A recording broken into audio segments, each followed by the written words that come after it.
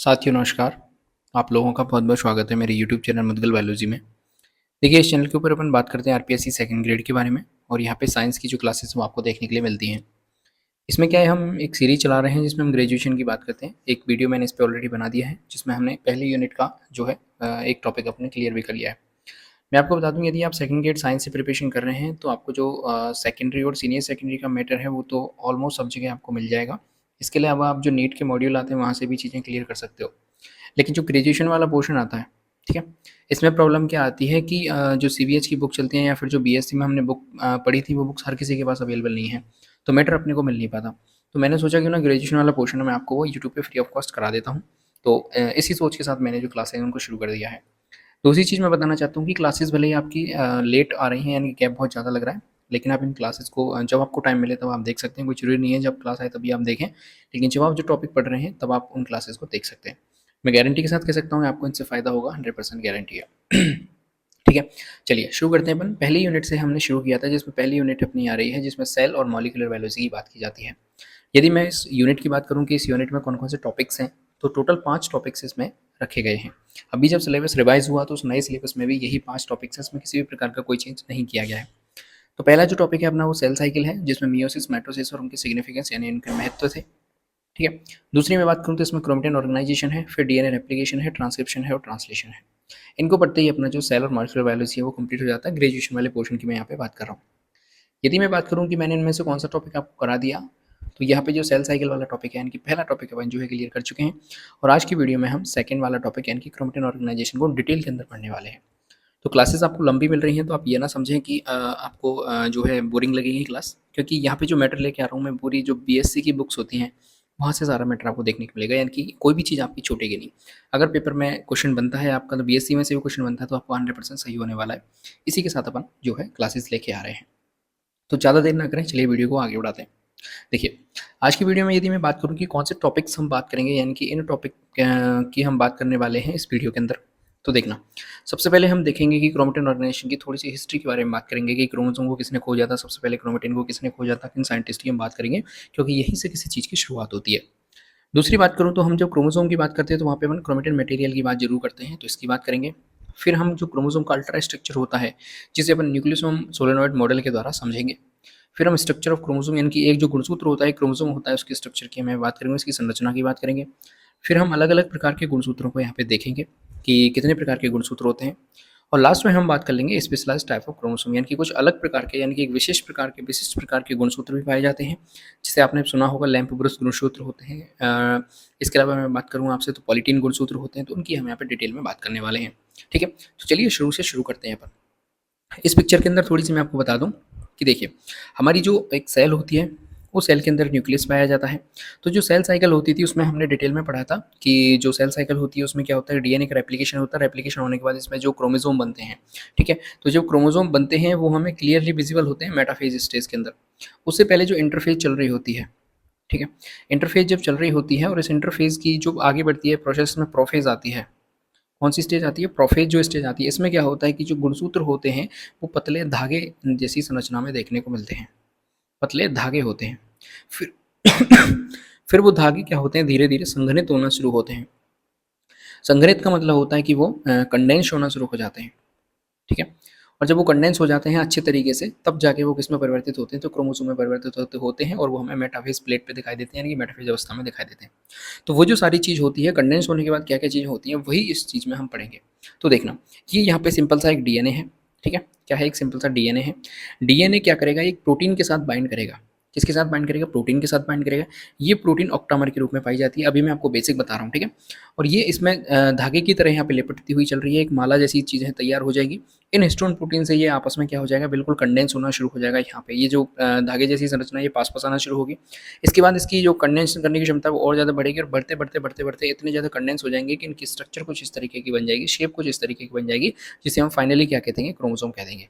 बस आज की वीडियो में हम इसी चीज़ के बारे में डिटेल में पढ़ने वाले हैं कि ये सारी चीज़ें किस तरीके से होती हैं, कौन सी चीज़ कहाँ होती है, सबसे पहले इसको किसने खोजा था, इसकी हम बात करने वाले। तो एक ओवरव्यू जो होता है वो मैंने आपको बता दिया कि इस वीडियो में हम किस चीज़ के बारे में बात करेंगे। ठीक है, चलिए सबसे पहले हम थोड़ा सा ब्रीफ हिस्ट्री के बारे में बात कर लेते हैं, क्योंकि ये जानना हमें ज़रूरी होता है। तो देखिए, सबसे पहले स्टार्स बर्गर नाम के एक साइंटिस्ट थे। जिन्होंने सबसे पहले किसको खोजा, क्रोमोसोम नाम की चीज़ को खोजा, और कब खोजा, 1815 के अंदर खोजा। ठीक है। इन्होंने क्या किया, जब कोशिका विभाजन हो रहा था तो कोशिका विभाजन यानी कि सेल डिवीजन के दौरान जो साइटोप्लाज्म होता है उसमें एक इनको सूत्रकार जैसी संरचना दिखाई दी, यानी कि कुछ धागे जैसी संरचना दिखाई दी, और उनको इन्होंने क्या कहा, क्रोमोसोम नहीं कहा, मतलब इनको देखा था खाली, केवल देख के इनका काम खत्म हो गया, तो खोज का श्रेय इनको ही दिया जाएगा। आगे अगले साइंटिस्ट हुए विलियम वाल्डेयर। विलियम वाल्डेयर ने एक शब्द दिया इनके लिए, क्या दिया, क्रोमोसोम। ध्यान रखना, सीधा पेपर में प्रश्न पूछा जाता है कि क्रोमोसोम शब्द किसने दिया, तो आपको ध्यान रखना है डब्ल्यू वाल्डेयर या फिर विलियम वाल्डेयर ने इनको नाम दिया था। अब क्यों नाम दिया था उसके पीछे वजह सुनना, क्योंकि जब क्रोमोसोम नाम को अपन डिकोड करते हैं तो इसमें दो शब्द हमारे सामने आते हैं, एक आता है क्रोमा, ठीक है, और दूसरा आता है सोम। सोम आप कभी भी पढ़ोगे तो उसका मतलब होता है बॉडी, और क्रोमा का मतलब होता है कलर, यानी कि ये ऐसी बॉडी थी जो कैसी थी, कलरफुल थी। अब कलरफुल कैसे होगी, तो इनको जब स्टेन किया गया, इनको जब हिंदी में बात करूँ, यदि मैं इनको अभिरंजित किया गया, इनको स्टेन किया गया, तो ये कैसे हो गए, कलरफुल हो गए, और कलरफुल होने के बाद जब ये कलर बॉडी हमें दिखाई दी तो इनको नाम क्या दे दिया, क्रोमोसोम नाम दे दिया। किसने दिया था, आपको ध्यान रखना है, वाल्डियर नाम के साइंटिस्ट ने दिया था। ठीक है, चलिए आगे हम बात करते हैं। तो एक अगले साइंटिस्ट आए, वाल्टर फ्लेमिंग। इन्होंने क्या किया, जो फिजिकल स्ट्रक्चर होता है क्रोमोसोम का उसको क्या किया, डिस्क्राइब किया क्रोमेटिन का। क्रोमेटिन और क्रोमोसोम क्या होते हैं वो भी आपको पता चल जाएगा थोड़ी देर बाद। अभी आप केवल ये समझ लीजिए कि फ्लेमिंग ने क्या किया, इसका फिजिकल स्ट्रक्चर यानी कि इसकी जो भौतिक संरचना होती है उसके बारे में बताया था क्रोमेटिन की। इसके बाद एक विलियम हॉफमिस्टर नाम के साइंटिस्ट है, इन्होंने सबसे पहले इनको ऑब्जर्व किया था। ठीक है, ऑब्जर्व किसको किया, क्रोमोसोम को ऑब्जर्व किया था 1948 के अंदर। और इन्होंने किसके अंदर देखा, तो जो पोलर मदर सेल्स होती हैं, किसकी पोलर, एक प्लांट था ट्रेडेस्केंशिया। ठीक है, इस ट्रेडेस्केंशिया पादप के अंदर पोलर मदर सेल्स पाई जाती हैं, जिनको अपन पराग मात्र कोशिका कहते हैं। मैं हिंदी में भी लिख देता हूँ जिससे आपको प्रॉब्लम नहीं आए, पराग मात्र कोशिका। ठीक है, और ये तो पादप का नाम है ही, तो इसको लिखने की जरूरत नहीं है, ट्रेडेस्केंशिया पादप है। इसकी जो पराग मात्र कोशिकाएं होती है उसके अंदर सबसे पहले क्रोमोसोम को क्या किया, इन्होंने ऑब्जर्व किया था। ठीक है, तो यहाँ पे ब्रीफ हिस्ट्री हो गई, यहाँ से आपका एक क्वेश्चन बन सकता है 100%। अब हम बात करेंगे किसके बारे में, अगला हमारा टॉपिक आ रहा है क्रोमेटिन मटेरियल के बारे में। तो इस वापस मैं चित्र पे आपको ले जाना चाहूँ, तो यहाँ पे जो आपको दिखाई दे रही है, ये जो धागे जैसी संरचना आपको दिखाई दे रही है, यानी कि ये डीएनए है। डीएनए जब इन हिस्टोन प्रोटीन के साथ अटैच हो जाता है, यहाँ से लेकर यहाँ तक जो आपको चीज़ें दिखाई दे रही हैं, इसको अपन कहते हैं क्रोमेटिन फाइबर। क्या कहते हैं, क्रोमेटिन फाइबर कहते हैं। तो इस क्रोमेटिन मटेरियल की हम यहाँ पे बात करने वाले हैं सबसे पहले।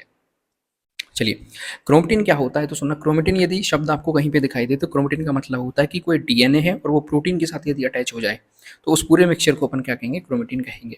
ये चीज़ आपको सबसे पहले पता होनी चाहिए। तो क्रोमेटिन का मतलब क्या है कि डीएनए और प्रोटीन, और प्रोटीन भी कौन सी है यहाँ पे तो आपको पता होना चाहिए। प्रोटीन कौन सी है, हिस्टोन नाम की प्रोटीन पाई जाती है। कौन सी प्रोटीन पाई जाती है, हिस्टोन नाम की प्रोटीन पाई जाती है। यदि मैं इस हिस्टोन प्रोटीन की बात करूँ तो इसका जो नेचर होता है वो बेसिक नेचर होता है। बेसिक का मतलब होता है क्षारीय इसकी प्रकृति होती है, और हम जानते हैं कि जो डीएनए की प्रकृति होती है वो अम्लीय होती है, क्योंकि इसके पास फॉस्फेट समूह पाया जाता है। तो अम्लीय प्रकृति है और ये क्षारीय है, इसलिए दोनों आपस में कैसे बना लेते हैं, बॉन्ड बना लेते हैं। पहली सिंपल चीज़ आपको ये समझनी है। ठीक है, ये जो मैं आपको बता रहा हूँ क्रोमेटिन जो पाई जाती है ये किसके पास, ह्यूमंस की जितनी भी कोशिकाएं होती हैं उनके अंदर पाई जाती है, और जितने भी हायर ऑर्गेनिज्म होते हैं उनके अंदर भी हमें देखने को मिल जाती है। ठीक है, तो यहाँ तक पता चल गया। अब आगे बढ़ते हैं, देखना, यदि हम क्रोमेटिन मटेरियल की बात करें तो क्रोमेटिन मटेरियल बेसिकली दो प्रकार का होता है। एक होता है यूक्रोमेटिन और दूसरा होता है हेटेरोक्रोमेटिन। दोनों में फ़र्क क्या है, उससे पहले आपको एक छोटा सा शब्द जो है वो समझना पड़ेगा। सुनना, एक शब्द मैं यहाँ पे लिख रहा हूँ, मेंशन कर रहा हूँ, इसको कहते हैं अपन हेटेरोपिग्नोसिस। हेटेरोपिग्नोसिस। हेटेरोपिग्नोसिस का मतलब क्या होता है, सुनना, हेटेरोपिग्नोसिस का मतलब क्या होता है कि जब पादप और जंतुओं की जो अधिकतर जो स्पीसीज होती हैं उनका जब सेल डिवीजन के समय हमने जब गुणसूत्रों को ऑब्जर्व किया यानी कि क्रोमोसोम को ऑब्जर्व किया, तो कुछ क्रोमोसोम हमें ऐसे मिले जो बहुत ज़्यादा संघनित थे। संघनित का मतलब होता है कंडेंस थे, और कुछ क्रोमोसोम ऐसे मिले जो कि कम संघनित थे। इसी के चीज़ों को यानी कि इस चीज़ को अपन कम संघनित और अधिक संघनित वाली जो चीज़ होती है उसको अपन क्या कह देते हैं, हेटेरोपिग्नोसिस कहते थे। यानी कि संघनन के आधार पर हमने दो चीज़ें देखी, कुछ ज़्यादा संघनित है कुछ कम संघनित है, इसको अपन क्या करें, हेटेरोपिग्नोसिस कह देते हैं। तो यही आपको पता चल गया। हेटेरोपिग्नोसिस जो है वो दो प्रकार की होती है, एक होती है पॉजिटिव और एक होती है नेगेटिव। एक होती है सकारात्मक और एक होती है नकारात्मक। यदि मैं सकारात्मक की बात करूं तो यदि संघनन बहुत ज़्यादा है, संघनन क्या है, कंडेंसेशन बहुत ज़्यादा है, तो उसे अपन कहेंगे पॉजिटिव हेटेरोपिग्नोसिस, और संघनन बहुत कम है तो उसे अपन कहेंगे नेगेटिव हेटेरोपिग्नोसिस, क्योंकि हेटेरोपिग्नोसिस का मतलब ही क्या होता है, संघनन।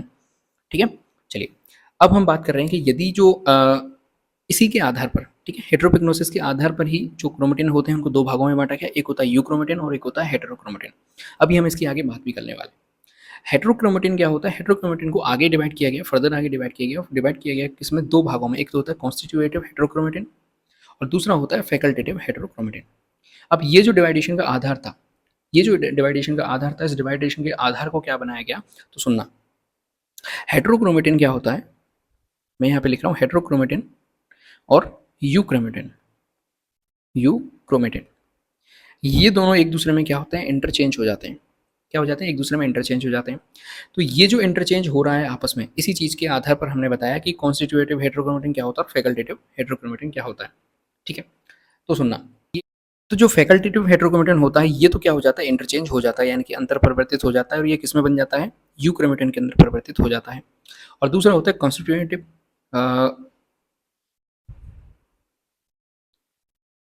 दूसरा होता है कॉन्स्टिट्यूटिव, ये क्या है, इंटरचेंज नहीं होता है, ये इंटरचेंज नहीं होता है। ठीक है, अब वापस हम किस पे आते हैं, यूक्रोमेटिन और हेटेरोक्रोमेटिन पे आते हैं। यूक्रोमेटिन और हेटेरोक्रोमेटिन में जो यदि मैं बात करूं आपसे, तो हेटेरोक्रोमेटिन जो शब्द है, इस हेटेरोक्रोमेटिन शब्द को एक साइंटिस्ट आए थे जिनका नाम इसी के नाम पर रखा गया, हिड्स। कौन से साइंटिस्ट थे, हिड्स नाम के साइंटिस्ट थे। यदि मैं इंग्लिश में इसको लिखूं तो इंग्लिश में इसकी स्पेलिंग होगी HEITZ। हिड्स नाम के साइंटिस्ट थे जिन्होंने सबसे पहले किसको डिस्क्राइब किया था, शब्द का प्रयोग किया था हेटेरोक्रोमेटिन को, और कब किया, 1928 के अंदर किया। ये चीज़ आपको पता होनी चाहिए। ठीक है, अब हेटेरोक्रोमेटिन में क्या होता है, कि बहुत अधिक जो डीएनए है वो बहुत अधिक क्या हो जाता है, कुंडलित हो जाता है, और साथ ही साथ बहुत ज़्यादा संघनित भी हो जाता है। तो यदि डीएनए बहुत ज़्यादा संघनित है, बहुत ज़्यादा कुंडलित है, तो उसे अपन हेटेरोक्रोमेटिन कहेंगे, और बहुत ज़्यादा संघनित नहीं है या फिर कम संघनित और कम कुंडलित है, उसे अपन यूक्रोमेटिन कहेंगे। कुछ इनमें बेसिक अंतर भी होते हैं, उसकी हम आगे बात करते हैं, देखना। उससे पहले आपको फिर से वापस चीज़ें एक बार और मैं क्लियर करा देता हूँ। देखना, यहाँ पे ये क्या है, सिंपल सा डीएनए है। डीएनए क्या करेगा, ये हिस्टोन प्रोटीन के आपस में इसमें इधर चारों तरफ से लपेट लेगा। लपेटने के बाद इस तरह की जो हिस्टोन प्रोटीन आपस में बन के एक मोती जैसी संरचना बन जाएगी, और मोती जैसी संरचना 3 से 4 मोती आपस में जुड़ के कंडेंस होना शुरू हो जाएंगे, और ये जो चीज़ बन रही है यहाँ पे, ये जो माला बन रही है, इसको कहते हैं क्रोमेटिन फाइबर। ये धीरे धीरे कंडेंस होना शुरू हो जाएगा, यानी कि बहुत ज़्यादा आपस में पास पास आने शुरू हो जाएंगे। फिर कंडेंसेशन इसका और बढ़ेगा, बढ़ने के बाद ये लास्ट में कुछ ऐसी स्ट्रक्चर ले लेंगे, इसको अपन मेटाफेज क्रोमोसोम कहने वाले हैं। ठीक है, ये चीज़ आपको समझ में आ गई। वापस हम क्रोमोसोम की बात कर रहे थे, देखना।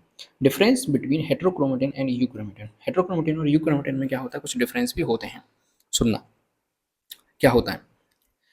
हेटेरोक्रोमेटिन की हम यहाँ पे सबसे पहले बात कर लेते हैं, फिर अपन यूक्रोमेटिन के साथ देखेंगे। तो जो हेटेरोक्रोमेटिन होता है ये डार्कली स्टेन्ड रीजन होते हैं, यानी कि ये जो है इसकी हम अभिरंजन, या फिर मैं बात कर रहा हूँ अभिरंजित हो जाते हैं। और कैसे रंग के होते हैं, ये गहरे रंग के होते हैं। यानी कि ये कैसे अभिरंजित होते हैं, ये गहरे अभिरंजित होते हैं।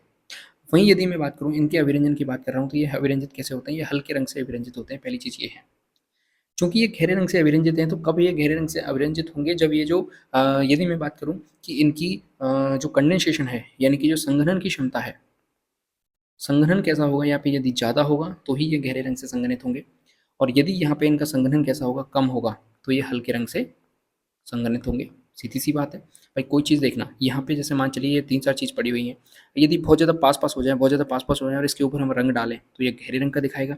और यदि हम इसको ऐसे दूर दूर पटक दें और अब इसके ऊपर रंग डालें, तो ये कैसा होगा, हल्के रंग से अभिरंजित होगा। इतनी सी चीज़ आपको समझ में आनी चाहिए। ठीक है, तो ये चीज़ मैंने आपको बता दी। सबसे पहले ये कैसे होते हैं, गहरे रंग के अभिरंजित होते हैं, और यूक्रोमेटिन कैसे होते हैं, हल्के रंग से। और संघनन कैसा होता है, हेटेरोक्रोमेटिन में ज़्यादा होता है, यूक्रोमेटिन में कम होता है। इसके बाद हेटेरोक्रोमेटिन में जो हम बात कर रहे हैं जेनेटिकली रूप से, यानी आनुवांशिक रूप से, ये कैसा होता है, निष्क्रिय होता है। कैसा होता है, निष्क्रिय होता है। वहीं यूक्रोमेटिन जो है आनुवांशिक रूप से कैसा होता है, सक्रिय होता है। ये चीज़ आपको पता चल गई। ठीक है, दूसरी चीज़, हेटेरोक्रोमेटिन जो होता है वो क्या करता है, cover small region of chromosome. यानी कि जो हेटेरोक्रोमेटिन है वो क्या होगा, कम जगह घेरेगा क्रोमोसोम पर, यानी कि कम जगह उपस्थित होगा क्रोमोसोम में। यदि हम इसकी स्थिति देखेंगे तो आपको पता चलेगा अभी अगली पिक्चर में। और ये जो यूक्रोमेटिन होता है ये ज़्यादा जगह उपस्थित होता है, ठीक है। यदि मैं बात करूं कि हेटेरोक्रोमेटिन कहाँ पाया जाता है, तो यूजुअली फाउंड होता है कहाँ पे, सेंट्रोमियर और टीलोमियर के पास ये हमें देखने को मिलता है। और यदि यूक्रोमेटिन की बात करें तो ये कहाँ पाया जाएगा, क्रोमोसोम के बीच में पाया जाएगा, और सेंट्रोमियर और टीलोमियर के बीच में पाया जाएगा। ठीक है, हेटेरोक्रोमेटिन की बात करें तो अभी हम पीछे भी देख के आए हैं, दो प्रकार का होता है, कॉन्स्टिट्यूटिव होता है और फैकल्टेटिव होता है। यदि यूक्रोमेटिन की बात करें तो एक ही प्रकार का होता है, इसमें किसी भी प्रकार के दूसरे प्रकार नहीं होते हैं। यदि हेटेरोक्रोमेटिन की बात करें तो ये लेट रेप्लिकेटिंग होता है, यानी कि इसका जो रेप्लिकेशन होता है, यानी कि प्रतिलिपिकरण होता है वो कैसा होता है, स्लो होता है, बहुत धीरे चलता है। इसका रेप्लिकेशन कैसे होता है, तेज होता है, यानी कि नॉर्मल जो रेंज होती है। ठीक है, इसकी हम बात करें हेटेरोक्रोमेटिन जो है वो ट्रांसक्रिप्शन में यानी कि प्रोटीन का जो फॉर्मेशन होता है उसमें ये पार्ट नहीं लेता, यानी कि ये सक्रिय नहीं होता, और ये अपना जो एक्टिव रोल है वो प्ले करता है कब, ट्रांसक्रिप्शन के दौरान। बस इतनी दोनों के अंदर क्या है फ़र्क है यूक्रोमेटिन और हेटेरोक्रोमेटिन के अंदर। ठीक है, चलिए अब यहाँ पे वापस आप चित्र के द्वारा समझना देखना, ये है हेटेरोक्रोमेटिन। हेटेरोक्रोमेटिन हमने देखा था पीछे, हम देख के आए हैं अभी हेटेरोक्रोमेटिन कैसे अभिरंजित होंगे, गहरे, क्यों, क्योंकि ये देखना आप यहाँ पे कैसे हैं, ये पास पास हैं। यदि यूक्रोमेटिन की बात करें तो ये कैसे हैं, दूर दूर हैं। अब यदि हम रंग डालेंगे किस पे, तो इस पे तो गहरा रंग आएगा, सीधी सी बात है, इस पे कैसा रंग आएगा, गहरा, और इस पे रंग कैसा आएगा, हल्का आएगा। बस इतनी सी बात होती है। संघनन ये कहाँ, यहाँ कैसा है, ज़्यादा है, संघनन यहाँ कैसा है, ज़्यादा है, यानी कि कंडेंसेशन यहाँ ज़्यादा है, यहाँ संघनन कैसा है, कम है। अब देखना हेटेरोक्रोमेटिन उपस्थिति हम देखें तो या तो ये सेंट्रोमियर पे पाया जाएगा, केवल सेंट्रोमियर पर, या फिर यहाँ पे टॉप पे पाया जाएगा, बस दो ही जगह इसकी हैं। वहीं यदि हम यूक्रोमेटिन की बात कर रहे हैं, यूक्रोमेटिन कहाँ पे पाया जा रहा है, देखना मिडिल ऑफ क्रोमोसोम यानी कि बीचों बीच में पाया जाएगा, और सेंट्रोमियर और टेलोमियर के बीच में पाया जाएगा। यानी कि ये रहा आपका सेंट्रोमियर, यहाँ पे तो कौन उपस्थित है, हेटेरोक्रोमेटिन उपस्थित है, यहाँ पे आपका हेटेरोक्रोमेटिन है, लेकिन ये जो बीच वाला पूरा रीजन है यहाँ पे कौन उपस्थित होगा, यहाँ पे यूक्रोमेटिन उपस्थित होगा। ठीक है, इतनी सी बात है, तो दोनों में अंतर आपको समझ में आ गया। चलिए अब हम बात करेंगे किसके बारे में, कॉन्स्टिट्यूटिव हेटेरोक्रोमेटिन और फैकल्टेटिव हेटेरोक्रोमेटिन। दोनों में मैं नाम यहाँ पे वापस लिख देता हूँ। कॉन्स्टिट्यूटिव का जो मतलब होता है वो हिंदी के अंदर होता है आवश्यक। मैं यहाँ पे कलर लेता हूँ ब्लैक। कौन सा हो गया ये, आवश्यक हेटेरोक्रोमेटिन। और यदि मैं फैकल्टेटिव की बात करूँ तो ये होता है वैकल्पिक। कैसा होता है, वैकल्पिक हेटेरोक्रोमेटिन। ठीक है, आवश्यक हेटेरोक्रोमेटिन की मैं यहाँ पे बात करूँ तो ये जो होता है ये constant remain unchange between cells, यानी कि इन दोनों में जो फर्क है वो क्या होता है कि एक दूसरे में ये इंटरचेंज हो जाते हैं, और एक दूसरे में कैसे इंटरचेंज होते हैं कि हेटेरोक्रोमेटिन क्या बन जाता है, यूक्रोमेटिन बन जाता है। ठीक है, तो कॉन्स्टिट्यूटिव जो है वो बिटवीन जो सेल्स के बिटवीन क्या होता है, अनचेंज रहता है, यानी कि हेटेरोक्रोमेटिन जो है वो यूक्रोमेटिन के अंदर चेंज नहीं होता है, अनचेंज रहता है। ठीक है, वहीं यदि हम वैकल्पिक की बात करें तो डायनेमिक होता है, change between cells and organism, यानी कि ये चेंज हो सकता है। हेटेरोक्रोमेटिन जो है वो यूक्रोमेटिन बन जाता है जब इसको आवश्यकता होती है, इतनी सी बात है। जो कॉन्स्टिट्यूटिव होता है स्टेबल होता है, यानी कि स्थायी होता है, सदैव स्थायी होता है। कैसा होता है, स्थायी होता है ये, लेकिन ये कैसा होता है, रिवर्सिबल होता है। क्यों, क्योंकि ये आपस में इंटरचेंज हो रहा है। यदि हम ट्रांसक्रिप्शनली बात करें तो ये इनएक्टिव होता है, यानी कि एंटायरली, यानी कि हमेशा ही कैसा रहता है, इनएक्टिव रहता है, ये निष्क्रिय रहता है। कैसा रहता है, निष्क्रिय रहता है। वहीं यदि हम इसकी बात करें तो ट्रांसक्रिप्शनली कैसा रहता है, एक्टिव रहता है, यानी कि सक्रिय रहता है। यदि हम इसमें बात करें हेटेरोक्रोमेटिन की, तो यहाँ पे जो क्रोमेटिन्स होते हैं वो कैसे होते हैं, टाइटली पैक्ड होते हैं। टाइटली पैक्ड का मतलब क्या होता है, मजबूत रूप से बंधे रहते हैं। कैसे रहते हैं, मजबूत बंधे रहते हैं। लेकिन यहाँ पे जो क्रोमेटिन पाए जाते हैं वो कैसे होते हैं, लूजली पैक्ड होते हैं, यानी कि थोड़े से ढीले ढाले बंधे रहते हैं। यदि हम बात करें तो ये रिच होता है किसमें, रेपिटेटिव सैटेलाइट डीएनए में, यानी कि यहाँ पे रेपिटेटिव सैटेलाइट डीएनए जो है ज़्यादा पाया जाता है। और ये होता है रिच इन रेपिटेटिव ट्रांसपोर्शंस के अंदर, यानी कि लाइन्स इसके अंदर ज़्यादा पाए जाते हैं। यदि हम एग्जाम्पल की बात करेंगे कॉन्स्टिट्यूटिव हेटेरोक्रोमेटिन कहाँ पाया जाता है, तो ये एंटायर एक्स क्रोमोजोम, ठीक है, पाया जाएगा। पूरे जो जितने भी एक्स क्रोमोसोम पाए जाते हैं वो कैसे होते हैं, कॉन्स्टिट्यूटिव हेटेरोक्रोमेटिन द्वारा बने होते हैं, यानी कि उनमें पाया जाता है। फैकल्टेटिव की बात करें तो जो सेंट्रोमियर और टीलोमियर के जहाँ पे सीक्वेंस पाए जाते हैं वो कौन से होते हैं, वो फैकल्टेटिव हेटेरोक्रोमेटिन होते हैं। यदि हम इनके स्टेन की बात करें, यानी कि अभिरंजन की हम यहाँ पे बात करने वाले हैं, तो अभिरंजन की बात करें तो सी बैंड द्वारा ये अभिरंजित होते हैं और ये जी बैंड द्वारा अभिरंजित होते हैं। ये दो चीज़ें आपको थोड़ी सी बेसिक में समझनी थी।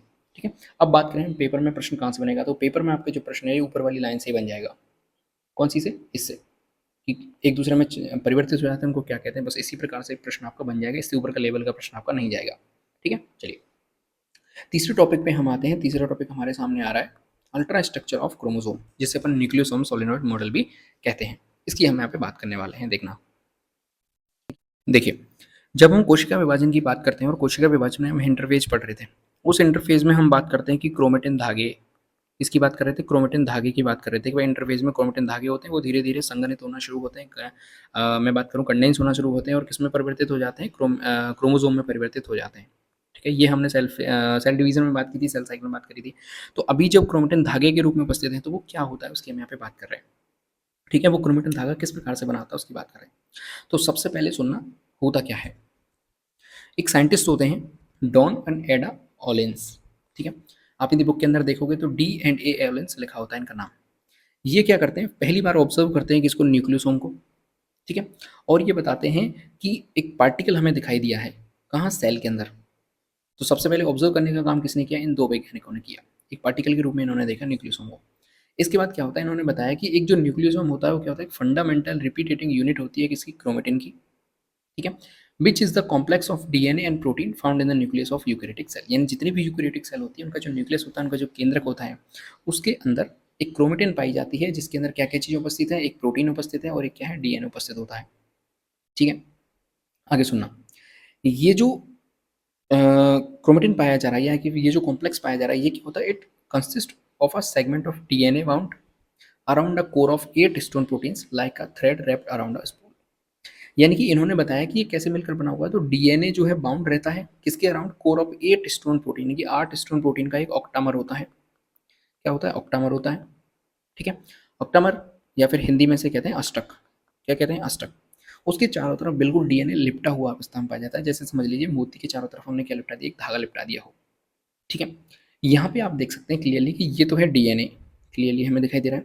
और यहाँ पे ये जो ऑक्टामर दिखाई दे रहा है, ये क्या है, स्टोन प्रोटीन है। ये क्या है, स्टोन प्रोटीन है। ठीक है, स्टोन प्रोटीन के चारों तरफ ये क्या लिपटा हुआ है, और यहाँ तक ये जो आपको संरचना दिखाई दे रही है, इसको अपन कहते हैं क्रोमेटिन। क्या कहते हैं, क्रोमेटिन। और ये धीरे धीरे क्या होना है, कंडेंस होना शुरू होती है, संग्रहित होना शुरू हो जाती है, और लास्ट में क्या बन जाता है, क्रोमोसोम बन जाता है। अब यदि हम एक न्यूक्लियोसोम की बात कर रहे हैं, यहाँ पे किसके बारे में बात करेंगे, एक न्यूक्लियोसोम की बात करेंगे, तो यहाँ पे देखना ये डीएनए यहाँ से लिपटना शुरू हुआ और इसके पीछे से आके यहाँ पे बाउंड हो रहा है। बाउंड होने के बाद ये यहाँ से निकल कर इधर जा रहा है।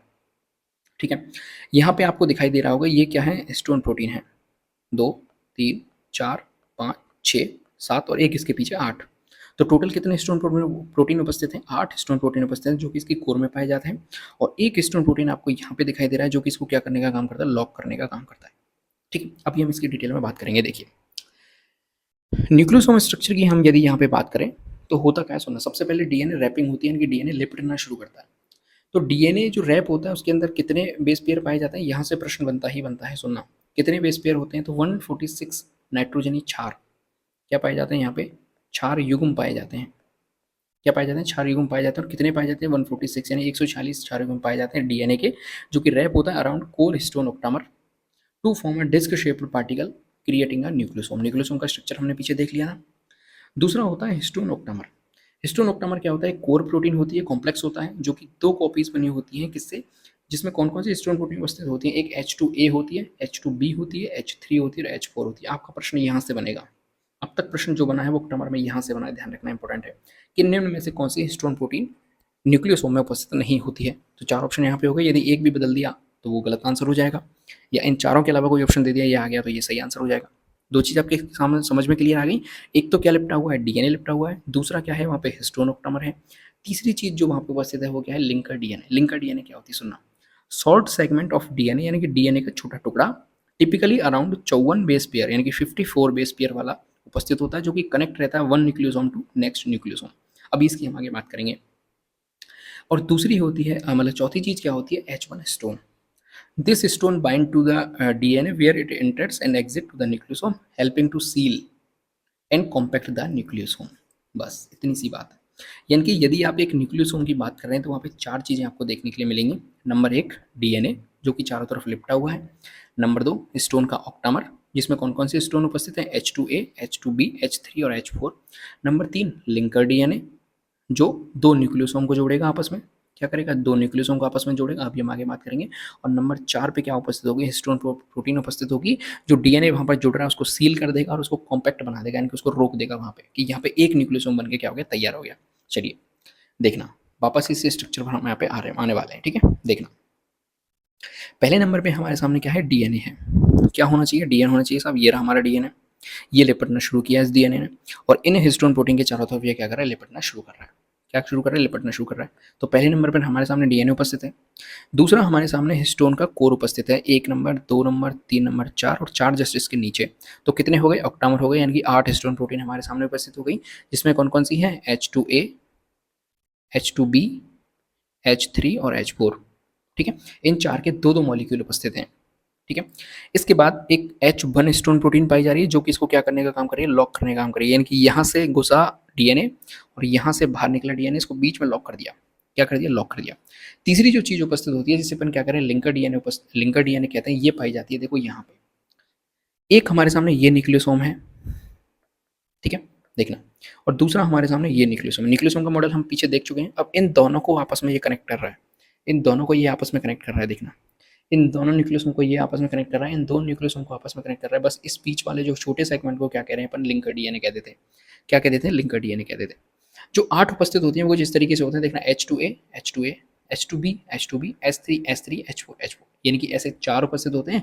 और इनको यहाँ पे जाके लॉक करने का काम कौन करता है? H1 लॉक करने का काम करता है, बिल्कुल कॉम्पैक्ट कर देता है। तो आशा करता हूँ कि यहाँ पे आपको न्यूक्लियोसोम का स्ट्रक्चर जो है वो समझ में आ गया होगा। अब तक जो क्वेश्चन बना है वो यहाँ से बना है, आगे जो क्वेश्चन बन सकता है वो यहाँ से भी बन सकता है कि कितने बेस पेयर डीएनए जो जुड़ता है उसमें कितने बेस पेयर होते हैं, और लिंकर डीएनए में कितने बेस पेयर पाए जाते हैं। ये 2 चीज़ इंपॉर्टेंट है। ठीक है। अगला आपसे ये भी पूछा जा सकता है कि कौन सी स्टोन प्रोटीन सील करने का काम करती है, उसको रोकने का काम करती है, जॉइंट करने का काम करती है। तो ये क्वेश्चन यहाँ से बन सकते हैं। ठीक है, चलिए आगे बढ़ते हैं। अब हमारे सामने अगला टॉपिक आ रहा है, कौन सा? स्ट्रक्चर ऑफ क्रोमोसोम, क्रोमोसोम की संरचना। ठीक है, चलिए क्रोमोसोम की संरचना की हम यहाँ पे बात करें तो पहले जो क्रोमोसोम्स हैं वो कैसे हैं? धागे के समान उपस्थित हैं, जिन्हें अपन क्या कह रहे हैं? क्रोमेटिन कह रहे हैं। वो क्रोमेटिन क्या करते हैं? धीरे धीरे कंडेंस होना शुरू हो जाते हैं। जब वो कंडेंस होना शुरू होते हैं, यानी कि संघनित होना जब वो शुरू हो रहे हैं, तो वो लास्ट में जाके क्या बना लेंगे? क्रोमोसोम बना लेंगे, यानी कि एक गुणसूत्र बना लेंगे। ठीक है, सुनना। A chromosome is a thread like structure made of DNA tightly coiled around proteins called histone. ये तो हमने देख लिया। चलिए, this DNA and protein complex form a highly compact structure known as chromatin. ये भी हमने देख लिया, क्रोमेटिन बनता है। Which condense further to form the visible chromosome during cell division. Cell division में मैंने अभी आपको बताया, वापस बता देता हूँ। इंटरफेज में तो क्या उपस्थित होती है? क्रोमेटिन होती है। जब इंटरफेज के बाद प्रोफेज आती है, और प्रोफेज में जो कंडेंसेशन होती है, यानी कि कंडेंस होना शुरू हो जाता है। और कंडेंस कब होते हैं? जब वाटर का वहाँ से निकल जाता है, यानी कि पानी वहाँ से निकल जाता है। पानी वहाँ से निकल जाता है, पानी निकलने के बाद क्या बन जाते हैं? वो पास पास आ जाते हैं, इनसे कंडेंसेशन हो जाती है। और कंडेंस होने के बाद वो किसके अंदर कन्वर्ट हो जाते हैं? क्रोमोसोम के अंदर कन्वर्ट हो जाते हैं। और क्रोमोसोम हमें कहाँ पे दिखाई देते हैं? मेटाफेज के अंदर दिखाई देते हैं। ये चीज़ हमें सेल डिवीजन में पढ़ ली थी। तीसरा पॉइंट, प्रत्येक क्रोमोसोम के पास क्या होता है? एक सेंट्रोमियर उपस्थित होता है, जो कि क्या होता है? एक कॉन्स्ट्रिक्शन है। क्या है? कॉन्स्ट्रिक्शन है, यानी कि एक, मैं बात करूँ हिंदी में, संकीर्ण क्षेत्र है। क्या है? एक संकीर्ण क्षेत्र। संकीर्ण क्षेत्र का मतलब क्या होता है? जो छोटी सी दबाव बढ़ जाता है, जहाँ पे संकीर्ण पॉइंट होता है जो डिवाइड करता है इसको 2 आर्म्स के अंदर, यानी कि इसकी 2 भुजाओं में बना देता है। एक होती है पी और एक होती है क्यू। पी और क्यू 2 आर्म होती हैं। और क्या बनता है? टीलोमियर बनता है, protective cap at the end. Telomere क्या होता है? एक प्रोटेक्टिव कैप होती है। यहाँ पे देखना, ये हमारे सामने 2 भुजाएं हैं, किसकी? क्रोमोसोम की। एक प्राथमिक संकीर्णन होता है, यानी कि एक पहला दबाव क्षेत्र आया, पहला मैं बात करूँ कॉन्स्ट्रिक्शन पॉइंट आया, इसको अपन क्या कह रहे हैं? सेंट्रोमियर कह रहे हैं। इससे 2 भुजा बन गई, एक ऊपर की आर्म बन गई, एक नीचे की आर्म बन गई। ऊपर वाली को कह देते हैं पी और नीचे वाली को कह देते हैं क्यू। इसके बाद यहाँ पे एक कैप जैसी संरचना पाई जा रही है, जो कि इसकी सुरक्षा करने का काम करती है, इसको कहते हैं टीलोमियर। यहाँ तक आपकी सारी चीज़ें क्लियर हो गई। ये कहाँ पाई जाती है? दोनों तरफ पाई जा रही है। देखना, कैप जैसी स्ट्रक्चर दोनों तरफ पाई जा रही है, इसको क्या कह रहे हैं अपन? टीलोमियर कह रहे हैं। आगे सुनना, ह्यूमंस के अंदर टिपिकली कितने होते हैं? 23 जोड़े क्रोमोसोम पाए जाते हैं, 23 जोड़े गुणसूत्र पाए जाते हैं। और टोटल कितने हो गए? 46 क्रोमोसोम्स हो गए, यानी कि 46 गुणसूत्र हो जाते हैं। जो पहले 22 गुणसूत्र होते हैं, इनको तो अपन क्या कहते हैं? ऑटोसोम। क्या होते हैं? ऑटोसोम। ये सभी में कैसे होते हैं? समान रूप से पाए जाते हैं, यानी कि नर और मादा दोनों में समान रूप से पाए जाते हैं। लेकिन जो लास्ट पेयर होता है, 23rd नंबर का जो पेयर होता है, 23rd नंबर का जो पेयर होता है, ये कैसा होता है? सेक्स क्रोमोसोम का होता है। और ये 2 होते हैं, आपको पता होगा, एक एक्स होता है, एक वाई होता है। इसको आगे हम बात भी करने वाले हैं। यदि हम एक्स एक्स की बात कर लें तो ये होती है फीमेल, मादा। और वाई और एक्स पाया जाता है, ये किसके अंदर होता है? नर के अंदर होता है, यानी कि मेल के अंदर होता है। तो ये हमको क्या कर रहे हैं? जो सेक्सुअल वाई कैरेक्टर हैं वो हमें दिखाते हैं, यानी कि द्वितीय गौण लैंगिक लक्षण बताते हैं हमें। तो क्रोमोसोम यहाँ तक आपकी समझ में आ गए होंगे। अभी और डिटेल में बात करेंगे हम। चलिए, यूकैरियोटिक सेल के अंदर क्या होता है? Chromosomes are composed of single molecule of DNA with many copies of 5 type of stones. अभी हम पीछे क्रोमेटिन के अंदर देख के भी आए हैं। ठीक है, कि एक मॉलिक्यूल होता है किसका? डीएनए का, और 5 प्रकार की क्या पाई जाती हैं? हिस्टोन पाई जाती हैं, जिसकी 2 कॉपीज होती हैं। ठीक है, हिस्टोन प्रोटीन का जो मॉलिक्यूल होता है, histones are protein molecule and are rich in lysine and arginine residues. यानी कि जो हिस्टोन प्रोटीन होती है उसके अंदर क्या पाया जाता है? लाइसिन और आर्जिनिन नाम के जो अमीनो एसिड होते हैं वो पाए जाते हैं। They are positively charged. ठीक है, पॉजिटिव चार्ज, यानी कि इसके ऊपर कौन सा चार्ज होता है? पॉजिटिव। वहीं यदि हम बात करें तो डीएनए कैसा चार्ज होता है? नेगेटिव चार्ज होता है। हेंस दे वाइंड टाइटली, यानी कि वो बहुत मजबूती से जुड़े होते हैं to the negatively charge phosphates in the DNA sequence. DNA जो है वो नेगेटिव होता है, किसकी वजह से? उसके पास PO4 नेगेटिव वाला जो ग्रुप है वो पाया जाता है, फॉस्फेट समूह पाया जाता है, फॉस्फेट ग्रुप पाया जाता है, जिसकी वजह से वो कैसा हो जाता है? नेगेटिवली चार्ज हो जाता है। और हिस्टोन प्रोटीन कैसी हो जाती है? पॉजिटिव चार्ज हो जाती है। तो यहाँ से भी क्वेश्चन आपका बन सकता है। पहले हमने देखा था कि हिस्टोन प्रोटीन कैसी होती है? बेसिक इन नेचर होती है। तो जो ये है वो कैसा होता है? एसिडिक होगा। ठीक है, चलिए ड्यूरिंग द एस फेज के दौरान क्या होता है, जो माइटोटिक सेल साइकिल होती है, द क्रोमोसोम्स आर डुप्लीकेट। ये हमने देख लिया, जब एस फेज होता है यानी कि सिंथेसिस फेज होता है, तो माइटोटिक सेल डिवीजन में क्या होता है, सेल साइकिल में क्या होता है, क्रोमोसोम क्या होता है, डबल हो जाता है। क्रोमोसोम का नंबर कैसा हो जाता है, डबल हो जाता है, और फिर आगे जाके क्या हो जाते हैं, हाफ हो जाते हैं।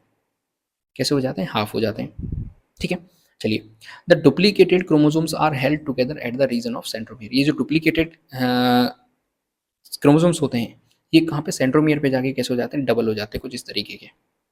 ठीक है, इस तरीके से हमारा क्रोमोसोम बन जाता है। यहाँ पे देखना, जो शॉर्ट आर्म होती है वो पी आर्म होती है, ये बीच में सेंट्रोमियर हमें दिखाई दे रहा है, ये लॉन्ग आर्म है, इसको अपन क्यू आर्म कह रहे हैं, और यहाँ पे बीच में क्या उपस्थित है, इसके डीएनए मॉलिक्यूल यहाँ पे उपस्थित है। ठीक है, चलो आगे हम बात करें, देखना, the centromere in humans are made of about 1 to 10 million base pair of DNA. यहाँ से भी क्वेश्चन बन सकता है कि यदि हम ह्यूमंस की बात करें तो वहाँ पे जो सेंट्रोमियर उपस्थित है वो 1 से 10 लाख बेस पेयर का पाया जाता है डीएनए के अंदर। The attached duplicate chromosome are commonly called sister chromatid. यानी कि यहाँ पे जो डुप्लीकेट जो क्या होते हैं, क्रोमोसोम्स होते हैं, एक जैसे जो क्रोमोसोम्स होते हैं, होमोक्रोमेटेड जो होते हैं, होमोक्रोमोसोम्स की हम यहाँ पे बात कर रहे हैं, ये दोनों थ्रेड आपस में आके जुड़ जाते हैं, आपस में आके जुड़ जाते हैं। तो ये जो अलग अलग हैं, ये जो अलग अलग क्रोमोसोम्स हैं, इनको आपस में क्या कहेंगे, सिस्टर क्रोमेटिड कहेंगे। क्या कहेंगे सर, सिस्टर क्रोमेटिड कहेंगे। ठीक है, स्ट्रक्चरली यदि हम इनकी बात करें तो जो ईच क्रोमोसोम होता है वो डिफरेंशिएट होता है इसमें 3 पार्ट में। पहले होता है पेलिकल, दूसरा होता है मैट्रिक्स, और लास्ट में होता है क्रोमेनिमेटा। तीनों की हम यहाँ पे बात करने वाले हैं। पहले हम पेलिकल की बात कर लेते हैं। पेलिकल क्या होता है, बिल्कुल आउटर मोस्ट लेयर होती है, मैं आपको बता दूं पहले ही, कौन सी लेयर होती है, आउटर मोस्ट मेम्ब्रेन होती है। ठीक है, देखना, it is the outer envelope around the substance of chromosome. Chromosome के चारों तरफ आउटर एनवलप होता है, इनकी बाहर की तरफ का इसकी परत होती है। इट इज़ वेरी थिन, ये बहुत पतली होती है, और फॉर्म होती है किससे, एक्रोमेटिक सब्सटेंस से मिलकर बनी हुई होती है, एक्रोमेटिक सब्सटेंस से मिलकर बनी होती है। दूसरा आता है हमारे सामने क्या, मैट्रिक्स। मैट्रिक्स क्या होता है, ग्राउंड सब्सटेंस होता है जो क्रोमोसोम के अंदर पाया जाता है, विच कंटेन द क्रोमिनेमेटा। उसके अंदर क्या पाया जाता है, क्रोमिनेमेटा पाया जाता है। आगे देखना, it is also form of non genic material. यानी कि ये कई बार कैसा होता है, नॉन जेनिक मटेरियल से मिलकर बना हुआ होता है। नॉन जेनिक का मतलब होता है, हिंदी में बात करूँ, जीन रहित। जीन रहित यानी कि जहाँ पे जीन नहीं पाए जाते उस पोर्शन को क्या कहते हैं, जीन रहित कहते हैं। आगे बात करते हैं अपन क्रोमेनिमेटा की। इसकी बात करें क्रोमेनिमेटा की, तो सुनना, embedded in the matrix of each chromosome are two identical spherically coiled threads, the chrominometa। chrominometa क्या होता है, सुनना, ये यहाँ पे क्या उपस्थित है, इसकी मैट्रिक्स, ये सबसे बाहरी जो परत आपको दिखाई दे रही है, इसको तो अपन क्या कहते हैं, पेलिकल कहते हैं। ठीक है, पेलिकल के अंदर जितना भी आपको मटेरियल दिखाई दे रहा है, इस मटेरियल को अपन क्या कहेंगे, मैट्रिक्स कहेंगे। इस मैट्रिक्स के अंदर क्या उपस्थित होता है, ईच क्रोमोसोम के मैट्रिक्स के अंदर उपस्थित होता है दो आइडेंटिकल स्पेरिकली आप यहाँ पे देख रहे होंगे, यानी कि कुंडलित अवस्था में पाई जाती हैं, कॉइल्ड रहती हैं, यानी कि कुंडलित रहती हैं, सर्पिलाकार होती हैं, धागे जैसी संरचनाएं आपको दिखाई दे रही होंगी। इन धागे जैसी संरचना को क्या कहते हैं, क्रोमेनिमेटा कहते हैं, या फिर क्रोमोनीमा कहते हैं। यदि मैं बात करूं क्रोमोनीमा को सबसे पहले किस वैज्ञानिक ने देखा था, यहाँ पे मैं लिख दूं क्रोमोनीमा।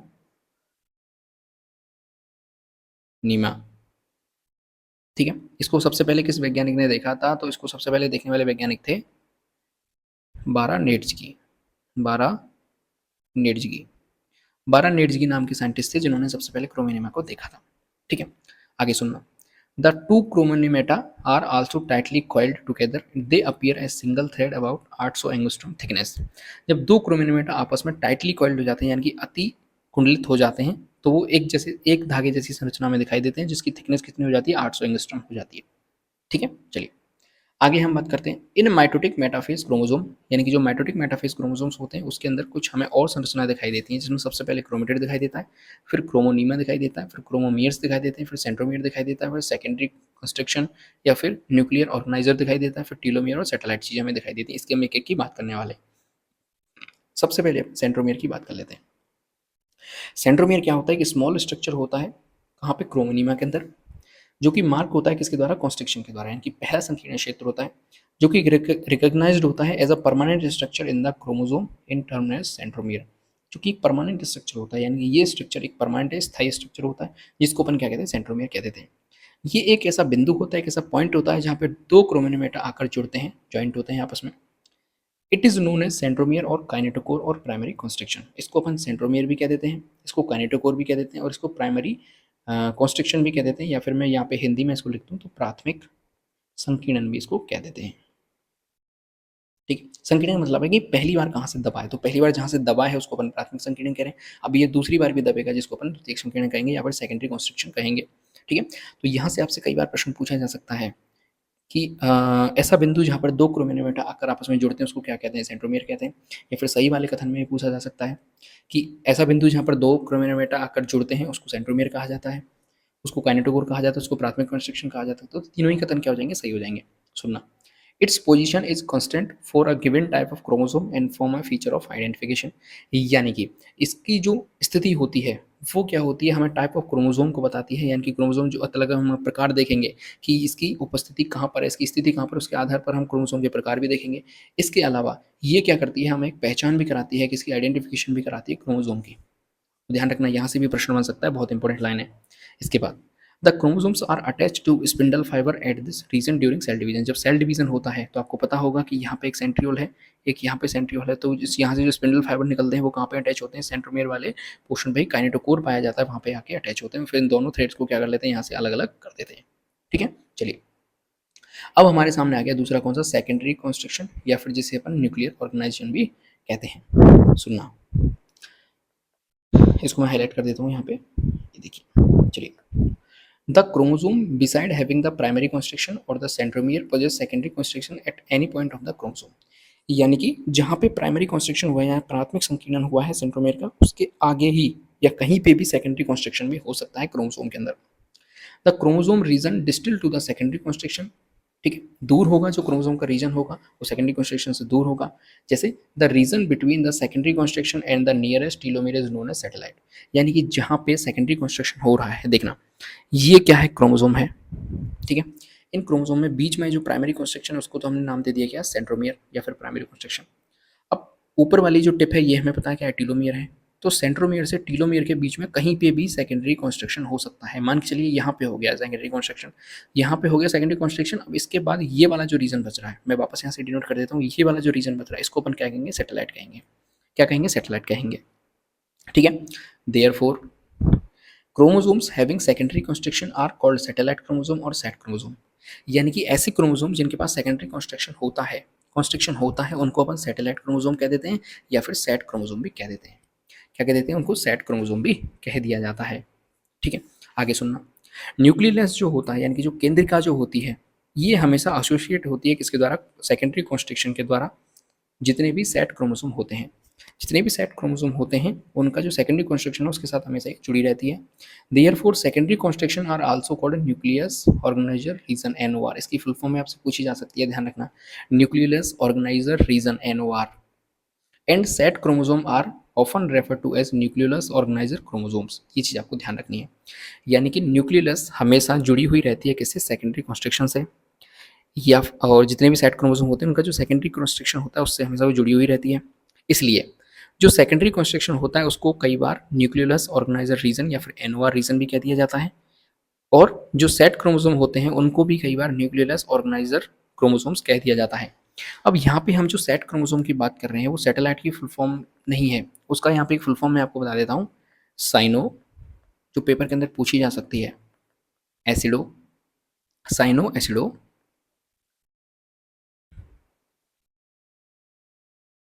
थाइमो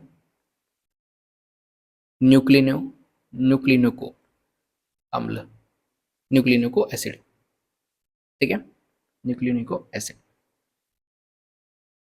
ये फुल फॉर्म है किसकी? सेट की, ठीक है। साइनो एसिडो थाइमो न्यूक्लियोनिको एसिड, ठीक है।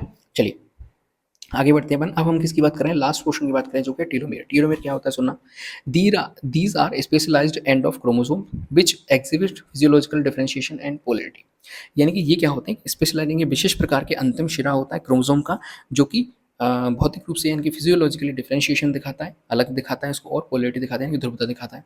Each extremity of the chromosome due to its polarity prevent other chromosomal segment to be fused with it. चूंकि यहाँ पे पोलैरिटी उपस्थित है तो ये क्या होगा? दूसरे सेगमेंट के यानी कि क्रोमोसोम के दूसरे सेगमेंट से ये जाके नहीं जुड़ जाए, फ्यूज नहीं होता, केवल इसकी वजह से, इसी की वजह से, क्योंकि यहाँ पे क्या पाया जा रहा है? टीलोमेयर पाया जा रहा है। तो एक तरीके से ये क्या कर रहा है? यहाँ पे कैपिंग का काम कर रहा है कि दूसरा क्रोमोसोम यहाँ पे आके नहीं जुड़ सकता, ठीक है। चलिए, the chromosomal ends are known as telomere. इसको क्या कहते हैं? टीलोमियर कहते हैं। If a chromosome break the broken ends can fuse with each other due to lack of telomere. मान के चलिए ये क्रोमोसोम यहाँ से टूट जाता है, ये क्रोमोसोम यहाँ से टूट गया, टूटने के बाद क्या होगा, ये हिस्सा अलग हो जाएगा और मान के चलिए कोई दूसरा क्रोमोसोम यहाँ पे आ जाता है तो वो यहाँ पे क्या कर सकता है, फ्यूज कर सकता है। क्यों? क्योंकि यहाँ पे टीलोमेर उपस्थित नहीं है। तो टीलोमेर क्या है, एक प्रकार से इसकी क्या कर रहा है, यहाँ पे सुरक्षा कर रहा है। ठीक है, चलिए अब हम क्रोमोसोम की और स्ट्रक्चर की बात करें, सुनना, सॉरी, स्ट्रक्चर ऑफ क्रोमोसोम तो हो गया। अब हम टाइप्स ऑफ क्रोमोसोम की यहाँ पे बात कर रहे हैं कि कितने प्रकार के क्रोमोसोम होते हैं। क्रोमोसोम की बात करें तो सुनना, एक होता है ऑटोसोम और एक होता है सेक्स क्रोमोसोम। इसकी हम बात पहले कर चुके हैं। ऑटोसोम की बात करें तो 22 ऑटोसोमल क्रोमोसोम होता है और एक पेयर कौन सा होता है, सेक्स क्रोमोसोम का होता है, जिसमें हमने बात करी फीमेल के अंदर एक्स एक्स होते हैं और मेल के अंदर एक्स वाई होते हैं। तो यहाँ पे आप देखोगे 22 तक जितने भी क्रोमोसोम हैं वो कैसे हैं, बिल्कुल सेम है। लेकिन 23वां जो जोड़ा है उसमें एक बड़ा है और एक छोटा है। तो जो बड़ा है उसको अपन एक्स कह रहे हैं, जो छोटा है उसको अपन क्या कहते हैं, वाई कहते हैं। यदि हम यहाँ पे वापस देखें, सुनना, यदि हम यहाँ पे वापस देखें तो मेल के अंदर, सॉरी, फीमेल के अंदर एक्स वाई है और मेल के अंदर एक्स एक्स है। ठीक है, तो यहाँ पे वेरिएशंस भी कई प्रकार के आ सकते हैं, ये आप देख सकते हैं यहाँ पे। और वेरिएशंस ज़्यादातर किस में आते हैं, 13 नंबर के, 18 नंबर के और 21 नंबर के क्रोमोसोम पे वेरिएशन आते हैं, जो कि हम आनुवंशिक रोग के अंदर पढ़ते भी हैं। तो पहला आपको क्लियर हो गया, ये दो प्रकार के क्रोमोसोम हो गए। तीसरा, सॉरी, दूसरा, on the basis of number of centromere, centromere के नंबर के आधार पर। अभी हमने देखा सेंट्रोमियर क्या है, ये बीच में उपस्थित है। अब कोई क्रोमोसोम ऐसा होगा जिसके पास एक होंगे, कोई ऐसा होगा दो होंगे जिसके पास तीन सेंट्रोमियर होंगे, और कई ऐसे होंगे जिनके पास तीन से ज़्यादा होंगे। तो इसके आधार पर क्या होगा, अब सेंट्रोमियर के आधार पर क्या देखेंगे, क्रोमोसोम के प्रकार देखेंगे। फिर होगा सेंट्रोमियर की लोकेशन के आधार पर, यानी कि सेंट्रोमियर कहाँ उपस्थित है, कि यहाँ पे उपस्थित है, कई बार सेंट्रोमियर यहाँ पे उपस्थित हो जाएगा, कई बार सेंट्रोमियर बिल्कुल यहाँ पे उपस्थित हो जाएगा। तो इसके आधार पर हम क्या देखेंगे, प्रकार देखेंगे क्रोमोसोम का। सबसे पहले हम बात करें on the basis of number of centromere, यानी सेंट्रोमियर के नंबर के आधार पर। तो यदि क्रोमोसोम ऐसा है जिसके पास एक सेंट्रोमियर उपस्थित है तो उसको अपन कहेंगे क्या, मोनोसेंट्रिक। इसका नाम हिंदी में भी यही है। यदि दो सेंट्रोमियर उपस्थित हैं तो उसे अपन कहेंगे डाइसेंट्रिक। यदि दो से ज़्यादा उपस्थित हैं तो उसे अपन कहेंगे पॉलीसेंट्रिक। और यदि किसी के पास सेंट्रोमियर उपस्थित है ही नहीं तो उसे अपन क्या कहेंगे, एसेंट्रिक कहेंगे। और ये बेसिकली प्राकृतिक रूप से नहीं पाया जाता। देखना, पहला एसेंट्रिक यानी कि यहाँ पे कोई भी प्राइमरी कॉन्स्ट्रक्शन है ही नहीं, जो उपस्थिति नहीं है। फिर मोनोसेंट्रिक का मतलब क्या हुआ, जहाँ पे एक कॉन्स्ट्रक्शन उपस्थित है, यानी कि प्राथमिक संकीर्णन उपस्थित है। फिर डाइसेंट्रिक का मतलब क्या हुआ कि दो सेंट्रोमियर पाए जा रहे हैं यहाँ पे। और पॉलीसेंट्रिक का मतलब क्या हुआ, दो से ज़्यादा पाए जा रहे हैं। ठीक है, तो पहला आपका क्लासिफिकेशन क्लियर हो गया। दूसरी हम बात कर रहे हैं on the basis of location of centromere, centromere की लोकेशन के आधार पर क्रोमोसोम कितने प्रकार के होते हैं। तो देखना, क्रोमोसोम को यदि हम बात करें तो दो भागों में बांट सकते हैं, एक पी आर्म होती है और एक क्यू आर्म्स होती है। With the construction point called the centromere in the middle. Construction point कहाँ पाया जाता है, बिल्कुल मिडिल में पाया जाता है। ठीक है, आगे देखना, the centromere can be located in different position and this form basis 4 different classes of chromosome. यानी कि सेंट्रोमियर जो है वो अलग अलग पोजीशंस पे पाया जा सकता है। इसके आधार पर क्रोमोसोम्स जो है उनको 4 अलग अलग भागों में बांटा गया है। ठीक है, देखना, सबसे पहले आता है हमारे सामने मेटासेंट्रिक। मेटासेंट्रिक का मतलब क्या होता है, एम से मेटा, एम से मिडिल। यानी कि सेंट्रोमियर कहाँ पाया जाएगा, बिल्कुल मिडिल में पाया जाएगा। और पी और क्यू जो आर्म होंगी वो बिल्कुल कैसे होंगी, कंपेरेबल होंगी, यानी कि बिल्कुल सेम उसमें होंगी। यदि हम मेटासेंट्रिक की बात करें तो यहाँ पे आपको दिखाई दे रहा है बिल्कुल सेंट्रोमियर कहाँ उपस्थित है, मिडिल में उपस्थित है। आगे देखना, इसकी हम यदि शेप की बात करें तो इसकी जो शेप होती है वो कैसी होती है, बी शेप होती है। ध्यान रखना, ये भी आपको ध्यान रखना, आगे मैं आपको बताऊंगा इसकी शेप कैसी होती है, बी शेप होती है। इसको हम याद भी करेंगे अभी। इसके बाद दूसरा आता है हमारे सामने सब मेटासेंट्रिक। सब मेटासेंट्रिक का मतलब क्या होता है, देखना कि जो सेंट्रोमियर है वो ऑफ सेंटर होगा, यानी सेंटर से थोड़ा सा हटके, केंद्र से थोड़ा सा हटके, leading to shorter P arm relative to Q arm, यानी कि पी आर्म की तरफ ज़्यादा होगा क्यू आर्म को छोड़ के। तो आप देख सकते हैं कि सेंट्रोमियर यहाँ पे उपस्थित होना चाहिए था सब मेटासेंट्रिक, लेकिन थोड़ा सा कहाँ खिसक गया, ये पी आर्म की तरफ थोड़ा सा खिसक गया, शिफ्ट हो गया। यदि हम यहाँ से इसके शेप की बात करें, किसकी बात करें हम यहाँ से, इसके शेप की बात करें कि सब मेटासेंट्रिक का जो शेप होता है वो कैसा होता है, तो इसके शेप की बात करें तो ये थोड़ा सा एल शेप लिए हुए होता है। कैसा होता है, एल शेप लिए हुए होता है। यहाँ पे इसकी शेप भी मैं लिख देता हूँ, एल शेप। ठीक है, चलिए आगे हम बात कर रहे हैं, अगला आ रहा है हमारे सामने एक्रोसेंट्रिक। एक्रोसेंट्रिक का मतलब क्या होता है कि centromere severally offset from centre, यानी कि बहुत ही ज़्यादा हटके है सेंटर से, leading too much shorter P arm. इससे क्या होता है कि जो पी आर्म है बहुत ज़्यादा छोटी हो जाती है। यदि हम इसके शेप की बात करें, एक्रोसेंट्रिक के शेप की बात करें तो ये कैसा हो जाएगा, जे शेप हो जाएगा। कैसा हो जाएगा, जे शेप हो जाएगा। ये मैंने यहाँ पे लिख दिया, ये आपके सामने एक्रोसेंट्रिक दिखाई दे रहा है कि पी आर्म क्या हो गई, बहुत ज़्यादा छोटी हो गई। ये देखिए, ठीक है। अगला आता है हमारे सामने टीलोसेंट्रिक। टीलोसेंट्रिक को आप कैसे याद करेंगे, टीलोसेंट्रिक में होता है टीलोमियर, यानी कि सेंट्रोमियर जो है वो कहाँ पाया जाता है, बिल्कुल एंड ऑफ क्रोमोसोम, यानी कि बिल्कुल किनारे पे पाया जाएगा, बिल्कुल अंतिम सिरे पे पाया जाएगा, यानी कि यहाँ पे पी आर्म एग्जिस्ट ही नहीं करती। और ऐसे जो क्रोमोसोम है वो ह्यूमंस के अंदर नहीं पाए जाते। यदि मैं इसके शेप की बात करूँ तो इसकी जो शेप होती है बिल्कुल आई शेप होती है। यहाँ पे लिख देता हूँ मैं, इसकी जो शेप होती है वो कैसी होती है, आई शेप होती है, आई शेप। जो कि आपको यहाँ पे दिखाई दे रहा है टीलोसेंट्रिक, यानी कि यहाँ पे पी आर्म जो है वो एग्जिस्ट ही नहीं कर रही, केवल कौन सी आर्म है, क्यू आर्म उपस्थित है। ठीक है, अब इसको याद करने का मैं आपको तरीका बता देता हूँ, देखना। पहला था हमारे पास कौन सा, मेटासेंट्रिक, मेटासेंट्रिक। फिर हम ले लेते हैं किसको, एक्रोसेंट्रिक को, एक्रोसेंट्रिक को ले लेते हैं। फिर हम ले लेते हैं किसको, सब मेटासेंट्रिक को, सब मेटासेंट्रिक को। फिर हम लास्ट में ले लेते हैं किसको, टीलोसेंट्रिक को। ठीक है, टीलोसेंट्रिक को हमने यहाँ पे ले लिया। यदि हम शेप की बात करें, सुनना, मेटासेंट्रिक कैसा होता है, बी शेप। एक्रोसेंट्रिक की बात करूँ तो ये कैसा होता है, जे शेप, जे शेप होता है। सब मेटासेंट्रिक की बात करूँ तो ये एल शेप होता है। और टीलोसेंट्रिक की बात करूँ तो ये कैसा होता है, आई शेप होता है। अब आप बोलोगे सर आपको तो याद है इसलिए, तो इसकी मैं आपको ट्रिक बता देता हूँ। ट्रिक आपको कैसे याद रखेंगे, सुना, MAST, मस्त। BJL, एल को आप ऐसे लिख सकते हो, LI, यानी कि हिंदी में यदि मैं इसको लिखूँ तो ये हो गया मस्त और बिजली। क्या हो गया, मस्त बिजली। मस्त बिजली से आपके जो है, जो पॉइंट है आपको याद हो गए होंगे। एम से आप देखेंगे मेटासेंट्रिक कैसा होता है, बी शेप। एक्रोसेंट्रिक कैसा होता है, जे शेप। सब मेटासेंट्रिक कैसा होता है, एल शेप। टीलोसेंट्रिक कैसा होता है, आई शेप। ठीक है, ये छोटी सी ट्रिक से आप इसको याद कर सकते हैं।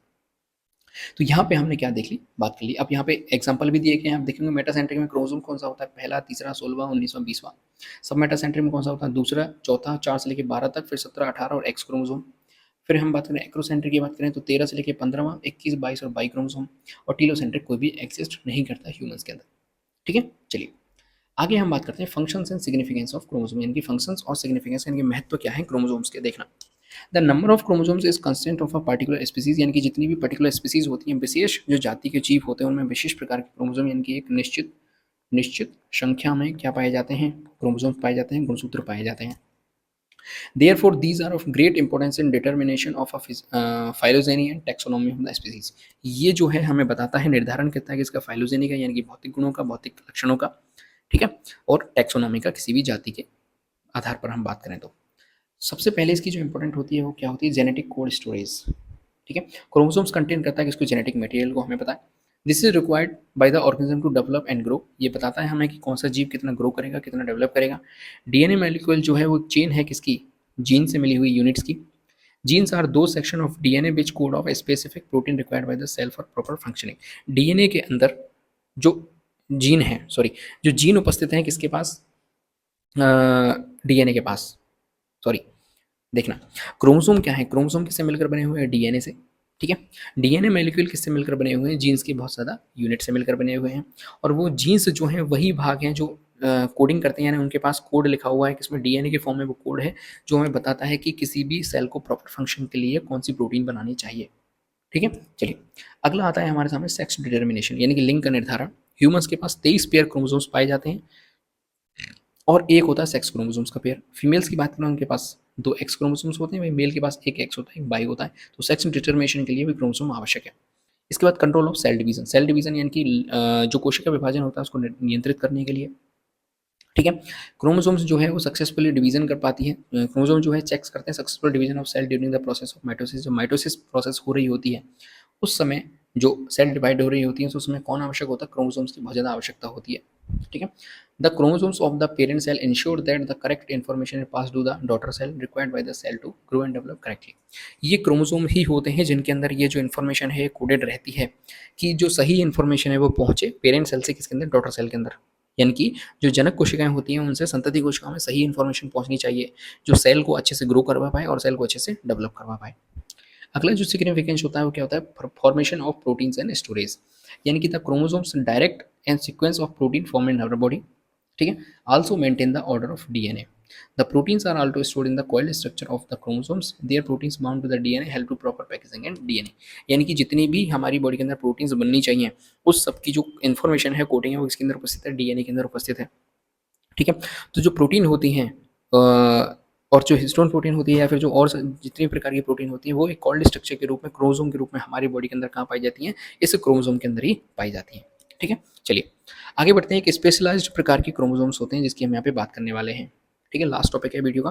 पहले होते हैं लिंग गुणसूत्र जिसे सेक्स क्रोमोसोम कहते हैं, ये हमने पढ़ लिया। फिर दूसरे आते हैं हमारे सामने लैम्पपोस गुणसूत्र, फिर आते हैं तीसरे नंबर पे पॉलीटीन गुणसूत्र। एक एक की बात करेंगे। लैम्बर्ट गुणसूत्र की हम सबसे पहले बात करने वाले हैं। लैम्बर्ट गुणसूत्र से जहाँ से क्वेश्चन बनेगा वो पहला आपका यहीं से बनेगा कि खोज किसने की थी। तो फ्लेमिंग नाम के साइंटिस्ट है जिन्होंने 1882 के अंदर इनको खोजा था। फिर हम बात करें इसका वर्णन किसने किया था, तो रुकर्ट नाम के वैज्ञानिक थे जिन्होंने 1892 के अंदर शार्क की अंड कोशिकाओं में इसका क्या किया था, वर्णन किया था। फिर हम बात करें इसका विस्तृत अध्ययन किसने किया था, डिटेल स्टडीज के ऊपर किसने करी थी, तो एम्फीबियंस की जो oocytes कोशिकाएं होती हैं, oocyte सेल्स होती हैं, उनमें जब मियोसिस चल रहा होता है, अर्धसूत्रण होता है, उसकी डिप्लोटीन अवस्था के दौरान इसका क्या किया गया, विस्तृत अध्ययन किया गया। और कहाँ किया गया, तो जो ड्रोसोफिला की स्पर्मेटोसाइट्स होती हैं उनमें इसका विस्तृत अध्ययन किया गया। ये भी इंपॉर्टेंट है। फिर यदि हम बात करें कि जो लैम्ब्रस गुणसूत्र कहाँ पाए जाते हैं, इनकी उपस्थिति कहाँ होती है, तो पक्षी हो गए, मछली हो गई, रेंगने वाले जंतु हो गए, एम्फीबियंस हो गए, बाइकैनोडर्म्स की oocytes के अंदर ये पाई जाती हैं। तो यहाँ से भी इंपॉर्टेंट क्वेश्चन आपका बन सकता है। आगे बात करें यदि हम इनकी संरचना और कार्य की बात कर ले, तो यहाँ पे आपको इसकी संरचना दिखाई दे रही होगी। ठीक है, मैं इसको थोड़ा बड़ा कर देता हूँ, इसके में भी बात करेंगे। पहले इसका कार्य देख लेते हैं। तो कार्य इसका क्या होता है, प्रोटीन संश्लेषण इसका कार्य होता है। ठीक है, इसका कार्य होता है प्रोटीन सिंथेसिस करने का भ्रूण के लिए, जिससे उसका जो पोषण है वो अच्छे से हो सके। अब यदि हम इसकी बात करें, संरचना की बात करें, तो यहाँ पे पेयर्ड लैम्बर्ट गुणसूत्र आपको दिखाई दे रहे होंगे, ये आपको दिखाई दे रहे होंगे पेड़ में। इसकी हम यदि एक चीज़ को यहाँ पे जूम आउट कर लें तो कुछ इस तरीके का दिखाई देगा। यहाँ पे ये दोनों लूप बन रहे हैं, उसको अपन कहते हैं एक्सिस। ये जो लूप बन रहे हैं, इसको ये क्या होते हैं, क्रोमोमियर्स होते हैं। ठीक है, अब इस एक लूप को भी यदि हम जूम इन करके देखें तो यहाँ पे हमें दिखाई देगा क्रोमेटिन ज्वाइनिंग एडजेसेंट क्रोमोमियर। ये क्रोमोमियर जा रहे हैं और ये कुछ इस तरीके से एक लूप बनाते हैं बड़ा, फिर वापस से छोटे छोटे हो जाते हैं। ये क्या होते हैं, क्रोमोमियर्स होते हैं, formed from highly condense chromatin. ये किससे मिलकर बने हुए हैं, बहुत ज़्यादा अति संघनित होने वाली जो क्रोमोमियर है उससे ज़्यादा बने हुए होते हैं। इसके बाद क्या होता है, जो एक्सटेंडेड क्रोमेटिन इन लूप, इस लूप के अंदर क्या होता है, जो कुछ क्रोमेटिन ऐसी होती है जो एक्सटेंड कर जाती है, यानी बहुत ज़्यादा फैल जाती है, वो क्या बना लेती है, एक लूप बना लेती है। इसको अपन क्या कहते हैं, लैम्बर्ट गुणसूत्र कहते हैं। सारी चीज़ें जो है इंपॉर्टेंट वो आपको यहाँ पे दिखाई दे गई है, यहाँ से क्वेश्चन आपका बनेगा 100%। अगले क्रोमोसोम आते हैं हमारे सामने, कौन से, पॉलीटीन क्रोमोसोम। पॉलीटीन क्रोमोसोम की हम यहाँ पे बात करें तो इनका एक दूसरा नाम है जिससे अपन कहते हैं जायंट क्रोमोसोम भी कहते हैं, यानी दैत्याकार क्रोमोसोम भी इनको कहा जाता है। ये कहाँ देखने को मिलते थे, तो ये डेप्टेरॉन लार्वा की लार ग्रंथियों में सबसे पहले पाए जाते हैं। खोज की बात करें तो बाल्बियानी नाम के साइंटिस्ट ने इनको कायरोनोमास लार्वा की लार ग्रंथियों में देखा था। इसके संरचना और कार्य की बात करें तो सुनना, क्रोमोनिमेटा की संख्या यहाँ पे क्या होती है, ज़्यादा होती है। इन गुणसूत्रों में क्रोमोनिमेटा की संख्या क्या क्या होती है, ज़्यादा होती है। मैक्सिमम की बात करें तो 2000 हो जाती है, इसलिए इनको अपन क्या कह देते हैं, पॉलीटीन क्रोमोसोम कह देते हैं। इनके अंदर क्या पाए जाते हैं, कुछ बैंड्स पाए जाते हैं जिन्हें अपन डार्क बैंड कहते हैं और लाइट बैंड कहते हैं। डार्क बैंड के अंदर हम बात करें तो हेट्रोक्रोमिक पार्ट जो है उसके अंदर पाया जाता है।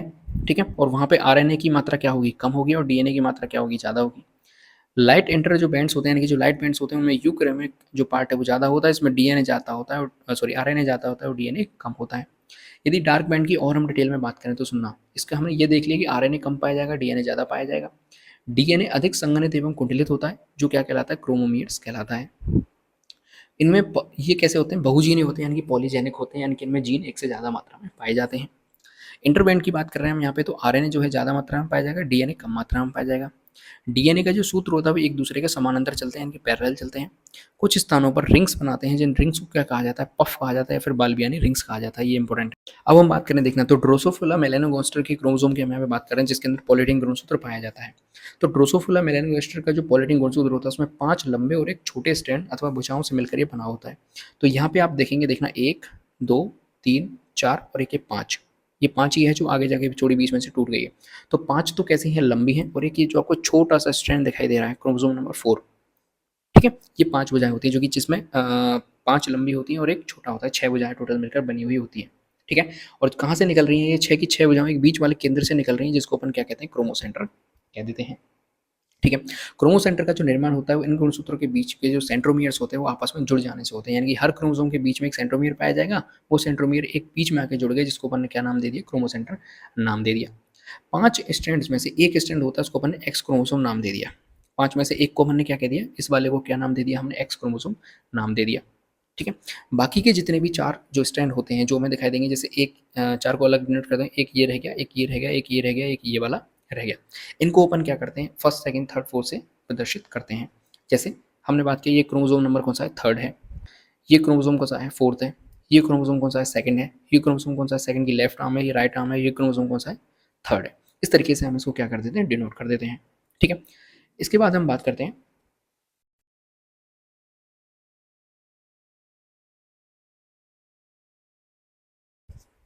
इसके बाद हम बात करते हैं, देखना पॉलीटीन गुणसूत्र जो है इंसेक्ट के अंदर पाए जाते हैं। ये हमें क्या दिखा रहे हैं, बैंड्स को दिखा रहे हैं, इंटरबैंड्स को दिखा रहे हैं और एक पफ या फिर बालबियानी रिंग को दिखा रहे हैं।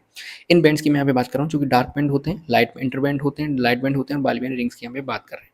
तो देखना, जहाँ पे डीएनए बहुत ज़्यादा संघनित हो जाएगा, बहुत ज़्यादा कंडेंस हो जाएगा, तो वो तो हमें कैसे दिखाई दे रहे हैं, डार्क बैंड दिखाई देंगे। और जहाँ पे डीएनए कम कंडेंस होगा, कम संघनित होगा, वो हमें कैसे दिखाई देंगे, लाइट बैंड्स दिखाई देंगे।